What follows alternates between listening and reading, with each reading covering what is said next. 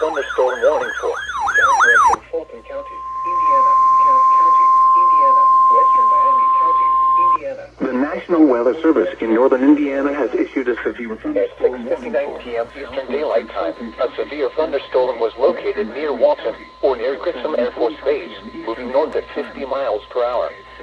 Hazard, 60 miles per hour with gusts. Source, radar indicated. Impact, expect damage to roof, siding, and trees.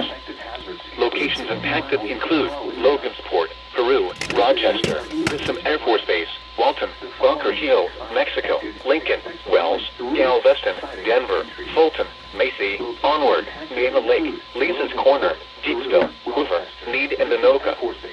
For your protection, move to an interior room on the lowest floor of a building. Repeating, a severe thunderstorm warning has been issued until 7:45 p.m. Eastern Daylight Time for the following counties in Indiana, Fulton, and Miami. Move to an interior room on the lowest floor of a building. Repeating, a severe thunderstorm warning has been issued until 7:45 p.m. Eastern Daylight Time for the following counties in Indiana, Cass, Fulton, and Miami.